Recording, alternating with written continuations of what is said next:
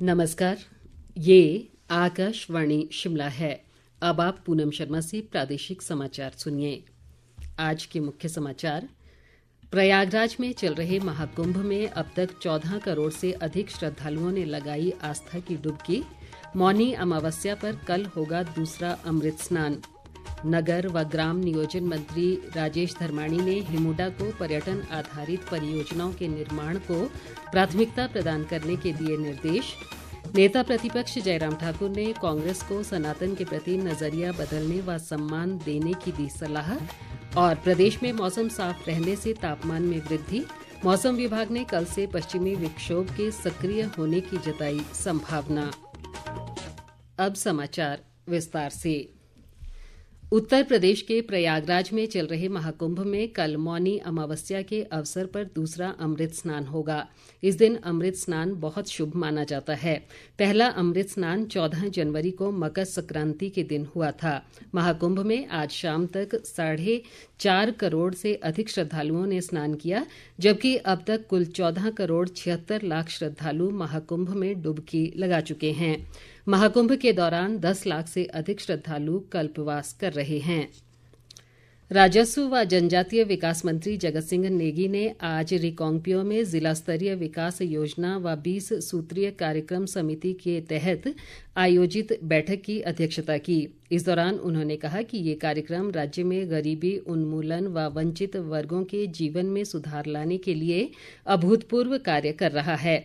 जगत सिंह नेगी ने बताया कि राज्य सरकार द्वारा 20 सूत्रीय कार्यक्रम के तहत नई योजनाएं शुरू की गई हैं। बैठक में वन अधिकार अधिनियम 2006 पर विस्तृत चर्चा की गई और अधिकारियों को जरूरी दिशा निर्देश दिए गए। इस बीच जगत सिंह नेगी ने जिला स्तरीय शिकायत निवारण समिति की बैठक की अध्यक्षता भी की।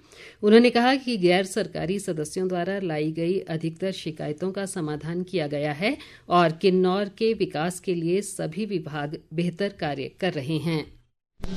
आज की बैठक में जो मीटिंग्स पहले हुई हमारे उनको भी हम साथ में ले रहे हैं। तो आज की तारीख में अभी तक तो जितने भी मुद्दे पिछले पेंडिंग थे, ज्यादातर मतलब मैं कह सकता हूँ कि 99% रिड्रेस हो गए हैं। अभी कुछ नए मत जो है हमारे माननीय गैर सरकारी सदस्यों ने आज की बैठक के लिए रखा है, उसके ऊपर भी हम अभी जो है चर्चा करेंगे। और अभी तक की जो चर्चा हुई है उससे मुझे ये लग रहा है कि ज्यादातर विभाग जिनके लोगों से संबंधित शिकायतें थी, अच्छे तरीके से और समय रहते हुए उनको रिहर्सल किया गया है।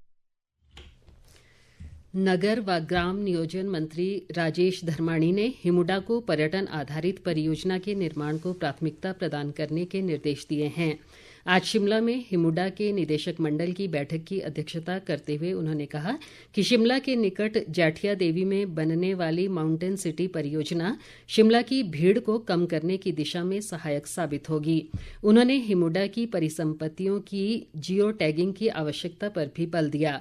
राजेश धर्माणी ने भविष्य की आवश्यकताओं को ध्यान में रखते हुए औद्योगिक क्षेत्रों में परियोजनाओं का निर्माण करने के हिमुडा को निर्देश दिए। बैठक में कांगड़ा जिला की ज्वालामुखी तहसील के मौहल भाटी में 125 कनाल भूमि की खरीद को स्वीकृति प्रदान की गई। इस दौरान जिला के नरघोटा में प्रस्तावित पर्यटन गांव परियोजना की भी समीक्षा की गई। सोलन जिला के अर्की से प्रयागराज महाकुंभ के लिए जा रही श्रद्धालुओं से भरी एक निजी बस कल रात कौशाम्बी फतेहपुर सीमा पर कनवार के पास एक क्रेन से टकरा गई, जिससे इसमें सवार 31 श्रद्धालु घायल हो गए हैं। सोलन के उपायुक्त मनमोहन शर्मा ने बताया कि कौशाम्बी जिला के सिराथू के उपमंडलाधिकारी से प्राप्त सूचना के अनुसार घायलों में 6 व्यक्तियों को अधिक चोट लगने और 1 व्यक्ति के गंभीर रूप से घायल होने की सूचना है। दुर्घटना में अर्की उपमंडल के धार ब्राह्मणा के 75 वर्षीय तुलसीराम शर्मा के गंभीर रूप से घायल होने की जानकारी प्राप्त हुई है और वे सघन चिकित्सा इकाई में उपचाराधीन हैं।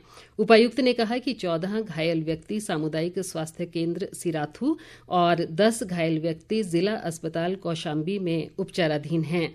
उन्होंने कहा कि जिला प्रशासन सोलन इस संबंध में कौशाम्बी जिला प्रशासन के साथ निरंतर संपर्क में है और सभी घायलों का समुचित उपचार सुनिश्चित बनाया जा रहा है। इस बीच मुख्यमंत्री सुखविंदर सिंह सुक्खू ने इस घटना पर दुख जताते हुए प्रदेश के अधिकारियों को इस संबंध में उत्तर प्रदेश के अधिकारियों के साथ निरंतर संपर्क बनाए रखने के लिए जरूरी दिशा निर्देश जारी किए हैं।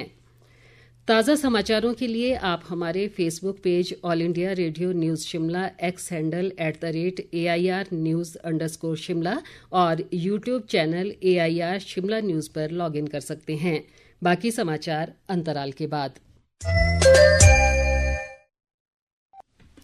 बाकी समाचारों में नेता प्रतिपक्ष जयराम ठाकुर ने कहा है कि सनातन का अपमान करना कांग्रेस की विरासत और फितरत भी है।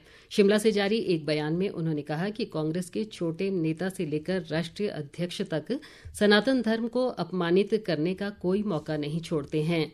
जयराम ठाकुर ने कहा कि देश के लोगों द्वारा नकारे जाने से कांग्रेस की कुंठा सामने आ रही है और अब कांग्रेस के राष्ट्रीय अध्यक्ष सनातन के अपमान पर उतर आए हैं।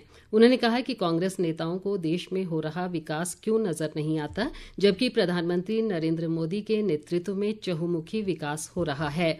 नेता प्रतिपक्ष ने कहा कि 144 साल बाद आयोजित हो रहा महाकुंभ लोगों की आस्था का केंद्र है और अब तक यहां 15 करोड़ से ज्यादा लोग स्नान कर चुके हैं।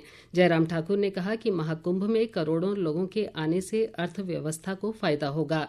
नेता प्रतिपक्ष ने कांग्रेस को सनातन के प्रति अपना नजरिया बदलने और सनातन का सम्मान करने की सलाह दी है। प्रदेश के लाहौल स्पीति जिले को वर्ष 2024 के लोकसभा चुनाव में बेहतर कार्य करने और मत प्रतिशतता बढ़ाने पर राष्ट्रपति द्रौपदी मुर्मू ने प्रतिष्ठित अवार्ड से सम्मानित किया है। उपायुक्त राहुल कुमार ने 25 जनवरी को राष्ट्रीय मतदाता दिवस के अवसर पर दिल्ली में आयोजित एक कार्यक्रम में राष्ट्रपति द्रौपदी मुर्मू से ये सम्मान प्राप्त किया। देश के 9 जिला उपायुक्तों को इस अवार्ड से नवाजा गया है।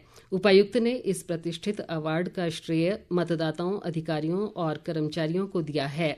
उन्होंने बताया कि लाहौल स्पीति जिले में वर्ष 2024 के चुनाव में सभी के साझे प्रयासों से मत प्रतिशतता 76% रही, जिसमें पिछले लोकसभा चुनाव के मुकाबले 12% की वृद्धि दर्ज की गई। हमें नेशनल लेवल पे अवार्ड मिला है ऑनरेबल प्रेसिडेंट ऑफ इंडिया की तरफ से ECI के रिकमेंडेशन के बाद, तो ये हमारे लिए गर्व की बात है। मेजर हमारा इसमें ये था कि 2019 इलेक्शंस में जो वोटिंग परसेंटेज था 64% रहा और लास्ट ईयर के इलेक्शन जो थे उसमें 12% से ज्यादा बढ़ोतरी हुई EVM में और साथ साथ जो हमारे बैलेट के वोटिंग में भी काफी इम्प्रूव हुआ। तो इसमें मैं तो सबसे पहले डेडिकेट करना चाहूंगा ये अवार्ड हमारे लाहौल स्पीति के वोटर्स हैं, वो बढ़ चढ़ कर आगे आए, खासकर जो इलेक्शन टीम है जो 3 महीने कड़ी मेहनत की इसमें, और साथ साथ हमारे जितने भी HODs हैं। प्रदेश में पिछले कुछ दिनों से मौसम साफ बना हुआ है, जिससे तापमान में वृद्धि दर्ज की गई है। हालांकि मौसम विज्ञान केंद्र शिमला के मुताबिक कल 29 जनवरी को राज्य के कई हिस्सों में बारिश और ऊंचाई वाले इलाकों में बर्फबारी हो सकती है। मौसम विज्ञान केंद्र शिमला के वैज्ञानिक संदीप कुमार शर्मा ने बताया कि इस दौरान ऊना, बिलासपुर, बरठीं और हमीरपुर में लोगों को इस दौरान शीतलहर का सामना भी करना पड़ेगा। बीते 24 घंटों में प्रदेश में मौसम मुख्यतः साफ ही रहा है। इसमें जो दिन के तापमान है देखिए वो एवरेज पूरे प्रदेश में ही 5 से 8 डिग्री सामान्य से अधिक चल रहे हैं। हालांकि जो न्यूनतम तापमान है जो हमारे प्लेन के क्षेत्र है, जो मध्यवर्ती क्षेत्र है, जिसमें स्पेशली मंडी, चंबा है, बरठी, ऊना, हमीरपुर, बिलासपुर, यहाँ पे जो न्यूनतम तापमान थे वो सामान्य से काफी कम और यहाँ पे सुबह शीतलहर की कंडीशन दर्ज की गई थी। और देखिए कल अर्ली मॉर्निंग में जो हमारे क्षेत्र है ऊना, बिलासपुर, हमीरपुर है और चंबा का कुछ एक क्षेत्र है, यहाँ पे सुबह के समय शीतलहर हो सकती है। कल 29 की इवनिंग से एक वेस्टर्न डिस्टर्बेंस अप्रोच करेगा। हालांकि देखिए इसका जो इफेक्ट है 29 और 30 तारीख को जो हमारे डिस्ट्रिक्ट है लाहौल स्पीति, किन्नौर, कुल्लू और चंबा और कांगड़ा की जो हाई चीजें यहाँ पे हल्की बर्फबारी हो सकती है। राजधानी शिमला से संबंध रखने वाले भारतीय वायुसेना के विंग कमांडर अंकित सूद को उनके उत्कृष्ट कार्यों के लिए वायुसेना वीरता पदक से सम्मानित किया गया है। उन्होंने अगस्त 2023 में कुल्लू जिले में खराब मौसम के बावजूद उड़ान के माध्यम से 12 गंभीर रोगियों को सफलतापूर्वक PGI चंडीगढ़ पहुंचाया था। अंकित सूद ने इस दौरान अपने अदम्य साहस की बदौलत एक सच्चे वायु योद्धा के रूप में कार्य किया और आपदा में फंसे लोगों को राशन व मेडिकल किटें वितरित कीं। अंत में मुख्य समाचार एक बार फिर। प्रयागराज में चल रहे महाकुंभ में अब तक 14 करोड़ से अधिक श्रद्धालुओं ने लगाई आस्था की डुबकी। मौनी अमावस्या पर कल होगा दूसरा अमृत स्नान। नगर व ग्राम नियोजन मंत्री राजेश धर्माणी ने हिमुडा को पर्यटन आधारित परियोजनाओं के निर्माण को प्राथमिकता प्रदान करने के दिए निर्देश।